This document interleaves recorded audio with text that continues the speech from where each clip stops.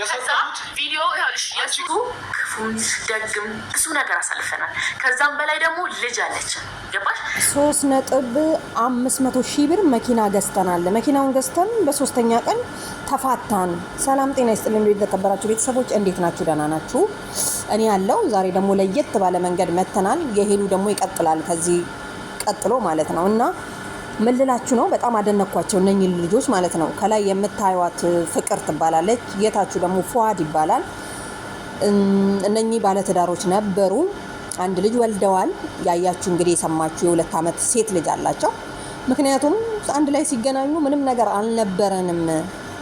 አያችሁ፣ ግን የእግዚአብሔር ፍቃድ ሆነና 3,500,000 ብር አካውንታችን ላይ በ600 ብር ተነስተን ከባንክ ተበድረን 1.500 መኪና ገዛ ነው። አያችሁ ህልማቸው ምን አይነት ህልም እንደሆነ፣ የት እንደደረሱ፣ ከየት ተነስተው እነኚህ ልጆች አይደለም እኛ 10 ዓመት 20 ዓመት ሰርተን እንኳን ኢትዮጵያ ውስጥ ቁጭ ብለን ይቀርና በቤታችን በስማችን የአካውንት ላይ እንኳን ደህና ብር የለን እና ጀግኖች ናቸው። ግን ምን ዋጋ አለው? መኪናውን ገዝተው በሶስተኛ ቀን ተጣሉ፣ እስከ ፍቺ ድረስ ደረሱ። በምን ተጣሉ አትሉ? በአካውንት በብር በሚገባ ከምን ተነስተው ምን እንደደረሱ እንግዲህ እንደሰማችሁት ነው። በእውነት እኔ ግን በጣም ያደነኳቸው ሁለቱንም በአንድነት ማለት ነው። እና ምክንያቱም ልጅቷ ፍቅር ምንድነው የምትለው፣ አሁን በሲም ካርድ የተከፈተ ዩቲዩብ አለና ሌላ ሰው እየሰራበት ነው። ስለዚህ ሲም ካርዱን አስከፍትና ሲም ካርዱን በእጄ ስጠኝ ብላ ነው የመጣችው ማለት ነው። እንግዲህ ከዚህ በፊት በዩቲዩብ ላይ ብዙ እንትን ሰርታለች፣ በልጇ የተነሳ አይታችሁ ከሆነ ማለት ነው። ግን እኔ ሳስበው ፉአድ የሆነ የሚያወራቸው ነገሮች ሁሉ ሼም ይዘዋል ሲያወራ ማለት ነው። ብዙ ነገር ማውራት አይፈልግም፣ ግን ብዙ ነገር ተናገረና ምን ለማለት ፈልጌ መሰላችሁ? የሰው ልጅ አላማ ካለው ድፍረት ካለው 600,000 ብር አካውንታቸው እያለ ሁለቱም አብረው ነው የሚሰሩት። ግን አሁን አብረው አይደሉም። እሷ ኦርቶዶክስ እምነት ተከታይ ነች፣ እሱ ደግሞ ሙስሊም እምነት ተከታይ ነው። ግን እነሱ ተስማምተው አንድ ላይ እየኖሩ ነበረ። እምነታቸው ወይም ደግሞ መለያየታቸው አይደለም ያለያያቸው። አያችሁ፣ ገንዘብ ሲመጣ የሆነ እድገት ሲመጣ የሆነ የሚመጣ አለ ከመሀል ሴጣን አብሮ ማለት ነው ሰውን የሚያለያይ። እና ምን ልላችሁ መሰላችሁ እንግዲህ አላማ ስላላቸው ሰርተን እንከፍላለን የሚል እምነት ስላላቸው እነኚህ ልጆች 3,500,000 ብር ከንግድ ባንክ ተበድረው 1,500,000 ሌላውን ደግሞ ከጓደኛ ከዘመድ ተበድረው እየሰራን እንከፍላለን ብለው አምነውበት መኪና ገዝተዋል።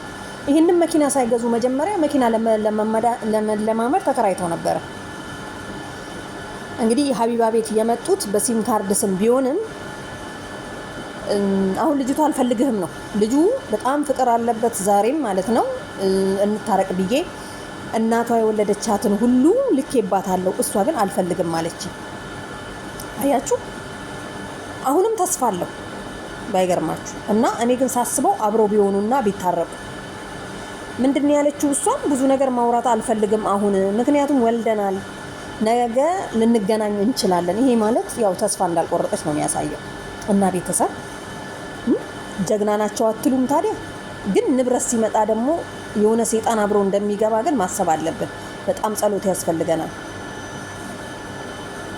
እንግዲህ በዚህ በወጣትነታቸው እነኚህ ልጆች ናቸው እንደውም ሰፖርት መደረግ ያለባቸው፣ ምክንያቱም ህልም ስላላቸው። ግን ምን ዋጋ አለው? ሰው በመሀል አለ። እናቴ ጉልት ነው የምትሸጠው፣ ገበያ ውስጥ ቸርችራ ነው እሷ እርጉዝ ሆና እናቴ ቤት አምጥቼ ነው ያስቀመጥኳት፣ እናቴ ነበረች ያራሰቻት፣ ብዙ ነገር ብሏል ማለት ነው። አያችሁ ሰው ከምን ተነስቶ ምን እንደሚደርስ። ግን እኛ ኋላ መጀመር ያለውን ነገር ማስታወስ አንችልም። በጣም ብዙዎቻችን ከምን እንደተነሳን የተነሳንበት ቦታ ስንደርስ ግን አለኛ እንትን የለም ማለት ነው። እና ልጁ በጣም ነው ያሳዘነኝ። እሷም ጎበዝ ናት በነገራችን ላይ። የቡታጅራ ልጆች ግን በጣም ጀግኖች ናቸው። ዩቲዩብ ላይ ምናምን ነገር በጣም አድናቂያችሁ ነኝ በዚሁ አካሄድ። ምክንያቱም ለምለም ነች ፈሬ ቀደደችው። ከዛ በኋላ በጣም ብዙዎች ዩቲዩበሮች ናችሁ፣ በጠራይ ጎበዝ ናችሁ ምናምን ነገር እና በርቱ፣ ቀጥሉበት። ግን እናንተ ፉአድና ፍቅር አብራችሁ መስራት አለባችሁ፣ ለሌሎቹ እንኳን ለሌሎቹ ማለት ነው። አንዳንድ ጊዜ ሚዲያ ላይ የተጀመረ ነገር ሚዲያ ላይ ነው የሚያልቀው። እንግዲህ አያችሁ ቢያንስ ጓደኞቻችን አያውቁም ቪዲዮ እንደምንሰራ ነው። እንግዲህ አስቡት እስከምትወልድ ድረስ አብረው ጓደኛ እንደሆኑ እንጂ አብረው አንድ ቤት እየኖሩ እርጉዝ ሆና ምናምን ነገር ልጅ እንደወለዱ አያውቁም ነበረ ፋሚሊ ማለት ነው። እስከ አሁን ራሱ 100,000 ባለው አካውንት ነው እየተጣሉ ያሉት። ገንዘብ ያጣላል ሰው። በጣም ከባድ ነው። እኔ እነሱም ቢሆን ሚዲያ ላይ ራሱ እንደዚህ አልመጣም ነበር። ማንን ለማስደሰት አስባችሁታ? እና ጀግኖች ናችሁ ለማለት ያክል ነው። በጣም አድናቂ ነኝ። ከትንሽ ነገር ተነስተው ህልማቸው ራሱ በጣም የሚገርም ነው። ምክንያቱም በአንድ አመት ውስጥ መኪና መግዛት ማለት በቃ ባይኖራቸው እዳውን ራሱ ባይከፍሉ እንግዲህ አስቡት። እሱ ሲገኝ ግን ምን ዋጋ አለው? በሶስተኛ ቀን ተፋተዋል እነኚህ ሰዎች ገዝተው መኪናውን። ከዛ በኋላ ደግሞ ንብረት ጥየቃ ምናምን ነገር እጅ ባዙር መጡ ማለት ነው።